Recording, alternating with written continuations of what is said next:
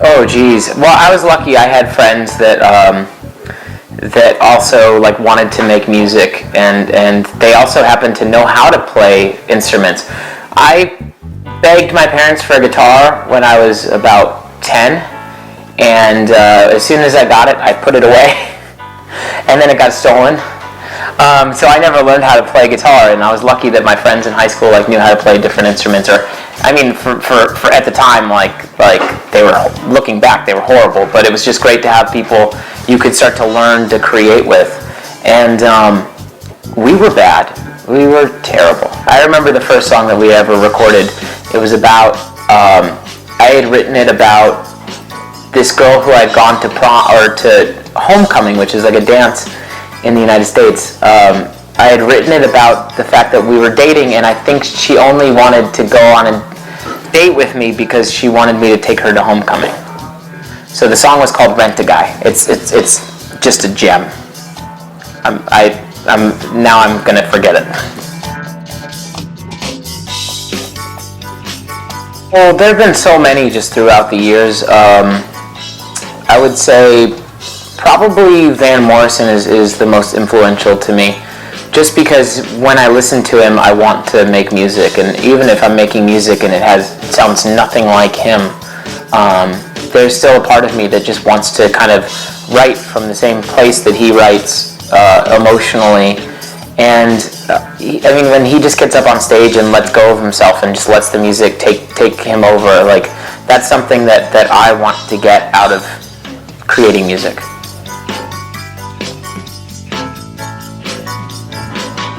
The Broadway thing is interesting because it's not, I think maybe early on when I really first started like really writing songs, like hearing songs in my head, probably around the time I was 20, it wasn't as much Broadway as it was like the Beatles and Queen, which kind of have, they used to have this kind of show tuney type of way of writing, and for me, it just happened to be that like I didn't know how to play an instrument, but I was writing these songs, I was hearing these songs in my head, and because I didn't have like a drummer or anything like that, I'd be singing them, and I had no idea that like maybe the verse was slower or faster than the chorus was. And I think when you're changing tempos so much like that, there ends up becoming this theatrical aspect, because that's kind of how a lot of like Broadway type of songs are written. So like that, coupled with like my love for Queen and the Beatles, kind of made it seem like I'm probably more into Broadway than I actually am, which is not at all.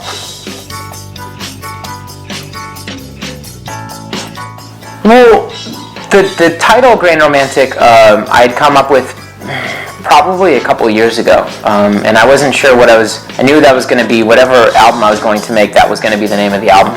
And a lot of times I'll come up with an album title before I actually start writing the songs for it, and that title can kind of dictate the way that you write the rest of the songs. So I had this Grand Romantic title, and I wasn't necessarily sure. I hadn't really written any songs, and then I was fortunate to just get to a point in my life where I was happy and I was falling in love, and suddenly the title like made sense to me. So I made this album about just like kind of for the first time in my life, like feeling like really truly happy, and then I realized like you can't be happy without realizing that you're going to get sad at some point. Like I'm not going to be happy for the rest of my life. So the second half of the album, I think, kind of gets a little more sad, which is something I'm more used to. But I made a point to make it even more personal than I have in the past.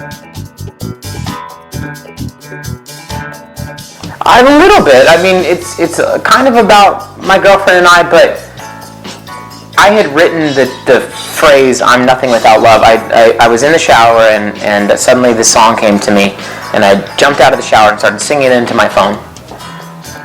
And when I listened back like a few weeks later, I was like, "Oh, I'm nothing without love." Like I just randomly sang that. I had no idea what I was saying, and I had to take a little bit of time to make sense of it.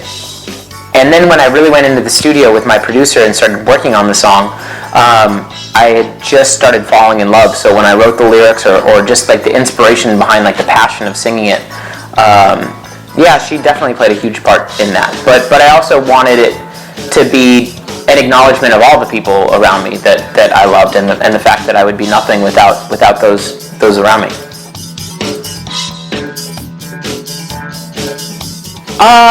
Collaborations are interesting. I always said that I would want to collaborate with Paul McCartney. That's usually my go-to answer. And what ended up happening is I collaborated with Beck, and we had such a good time like making this song together on my album that he asked me to go sing at the Rock and Roll Hall of Fame with him.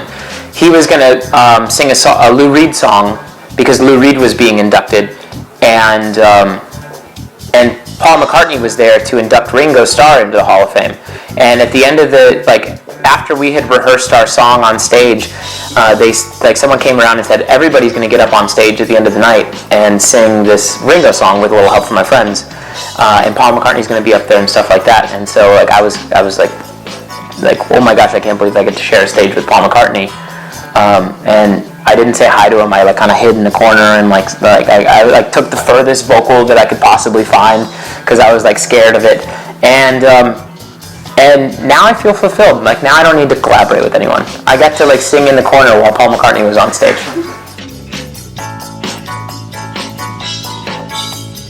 Fun. Bananas? Love. Bananas?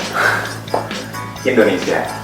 Oh, I was gonna say bananas, but that would just be messed up. I don't the bananas are so freaking good here, and they're these little tiny ones, so they've just been on my mind all day. I've just been thinking about getting home and eating bananas, which seems like fun, and I would love it. However, with Indonesia, I think I'll go with bintang. Cheers. I mean, I got air soda right now, but I'm hoping for some bintang later.